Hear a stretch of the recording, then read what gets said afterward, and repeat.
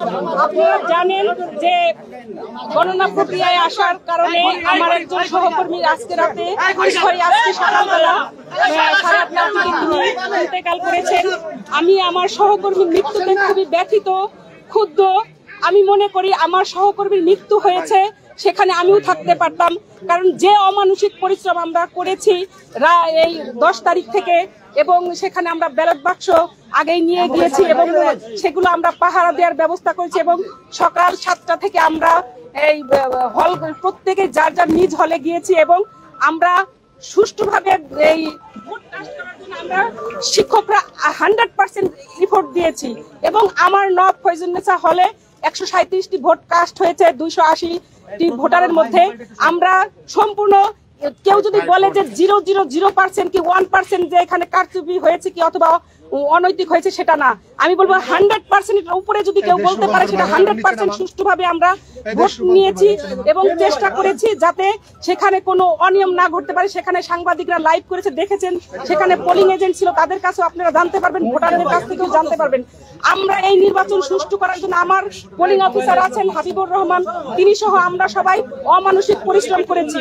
অমানসিক পরিশ্রমের পর আমরা জানি যে এখানে ভোটটা মেশিনের মাধ্যমে কাউন্ট হবে। আমাদেরকে মত বিনিময়ে সবাই বলা হয়েছিল যে আমরা শুধু ভোটটা কাস্ট করে আমরা এখানে সিনেট ভবনে দিব। আমি তাদেরকে প্রশ্ন করেছিলাম যে আমাদের এই ভোট কাস্টের পর গণনা কোথায় হবে। নির্বাচন কমিশনের সদস্য সচিব তিনি আমাদের জানিয়েছিলেন সিনেট ভবনে। আমি তাকে প্রশ্ন করেছিলাম কেন সিনেট ভবনে হবে, তাহলে তো অনেক দেরি হয়ে যাবে, তাহলে আমরা কেন 21টা হলেই আমরা কাস্ট করব না। তখন তিনি বলেছিলেন আমরা মেশিনের মাধ্যমে কাস্ট করব ম্যাডাম, আমরা অতি দ্রুত রেজাল্ট দিতে পারবো, যাতে আপনাদের কষ্ট লাঘব হয় সেজন্য মেশিনের মাধ্যমে আমরা কাস্ট করব, ভোট কাউন্ট করব। আমরা সেটাই মেনে নিয়েছি, আমরা সেটাই জানতাম। কিন্তু রাত 10 তারিখ রাতের পরে নোটিশ আসছে হঠাৎ করে, যে আমি জানতাম না সেটা। আমার প্রভোস্ট আমাকে গতকাল 11 তারিখে যখন ভোট নিচ্ছিলাম তখন আমাকে বলেছেন যে আমাদের তো ওইখানে থাকতে হবে, ম্যানুয়াল পদ্ধতিতে হবে। যদি ম্যানুয়াল পদ্ধতিতে হয় তাহলে যখন সরে আসলেন তারা মেশিনের কার্যক্রম থেকে, তাহলে ম্যানুয়াল পদ্ধতি হলেই যদি ভোট কাউন্ট হতো তাহলে দেখা যেত যে বিভিন্ন হলে রাত 10টার মধ্যে রেজাল্ট হয়ে যেত। আমরা এখানে নির্বাচন কমিশনে নিয়ে আসতাম, 11টার মধ্যে রেজাল্ট হয়ে যেত। আর 11টার মধ্যে যদি রেজাল্ট হয়ে যেত তাহলে আমার সহকর্মীর মৃত্যু দেখতে হতো না, কারণ তিনি সারাদিন অমানসিক পরিশ্রম করার পরে রেস্টে গিয়েছেন। কারণ তাকেও তো বলা হয়েছে যে আবার কাউন্টিং এর জন্য আসতে হবে। তিনি হয়তো স্ট্রেস নিয়ে ঘুমাতে পারেননি কখন তাকে ফোন দেওয়া হবে, যেমন আমি স্ট্রেস নিয়ে ঘুমাতে পারিনি যে আমাকে কখন ফোন দেওয়া হবে আমার হলের এই ম্যানুয়াল পদ্ধতিতে কাউন্টিং এর জন্য। আমি সারা রাত ঘুমাতে পারিনি। তিনি এই জন্য সকালে হয়তো স্ট্রেস নিয়ে ঘুমাতে গিয়েছেন, তার ঘুমটা পর্যাপ্ত হয়নি, অমানসিক পরিশ্রম, সেটা তিনি তাড়াহুড়া করে এসেছেন। আমি যতটুকু জানি তাকে ফোন দেওয়া হয়েছে, তিনি অসুস্থতার কারণে ফোন ধরতে পারেননি, কিন্তু তাকে গার্ড দিয়ে ডেকে নিয়ে তারপরে তার বাসায় নক করে তারপরে তাকে নিয়ে আসা হয়েছে। এবং তিনি তার সহকর্মী যিনি প্রীতিলতা হলের পোলিং অফিসার ছিলেন, তার সহকর্মী জান্নাতুল ফেরদৌস, তিনি আমাকে জানিয়েছেন যে আমিও সেখানে গিয়েছিলাম, ফারহানা আফরিন দুতি তিনিও এসেছিলেন পোলিং অফিসার, এবং জান্নাতুল ফেরদৌস তারাও এসেছিলেন। এবং তিনি তাড়াহুড়া করে 3 তলায় উঠতে গিয়ে, আমাদের যেহেতু লিফটের ব্যবস্থা নেই, 3 তলায় উঠতে গিয়ে তিনি দরজার সাথে ধাক্কা খেয়ে পড়ে যান তাড়াহুড়া করে উঠতে গিয়ে, এবং সহকর্মী আসলে সম্ভবত তার কিছুক্ষণের মধ্যেই তিনি মারা যান আসলে হসপিটালে নেওয়ার আগেই।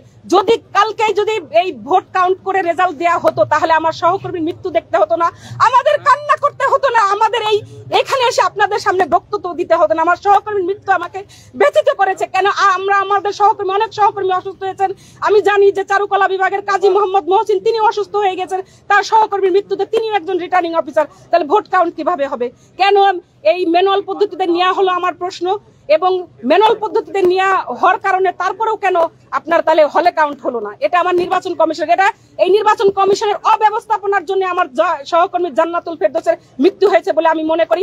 আমি এই মৃত্যুর বিচার চাই, এই মৃত্যুর সঠিক বিচার চাই। বিশ্ববিদ্যালয় প্রশাসনকে এই অব্যবস্থাপনার জন্য দায়ী করছে এবং আমার এই মৃত্যুর জন্য বিশ্ববিদ্যালয় প্রশাসন দায়ী নিতে হবে এবং এই জান্নাতুল ফেরদৌসের পরিবারকে তার ক্ষতিপূরণ দাবি করছি আমি, তাকে ক্ষতিপূরণ দিতে হবে। ম্যাডাম, এখনো তো হল সংসদের কাউন্টিং শেষ হয়নি, তারপরে এখনো কেন্দ্রীয় সংসদ বাকি রয়েছে, এখনো তো অনেক ভোট গণনা বাকি। এখনো আপনারা জানেন যে হল সংসদে মাত্র একটি মাত্র ব্যালট পেপারের মাধ্যমে আপনার হচ্ছে হল ভোট কাউন্টিং হচ্ছে, কিন্তু জাকসুতে কিন্তু আমাদেরকে 3টা করে, একজন ভোটারের 3টা করে। তার মানে আমার যদি ধরেন 8,000 হচ্ছে ভোট কাস্ট হয়ে থাকে, তাহলে আমাকে 24,000 24,000 আমাকে কাউন্ট করতে হবে ম্যানুয়াল পদ্ধতিতে। এটা কিভাবে সম্ভব?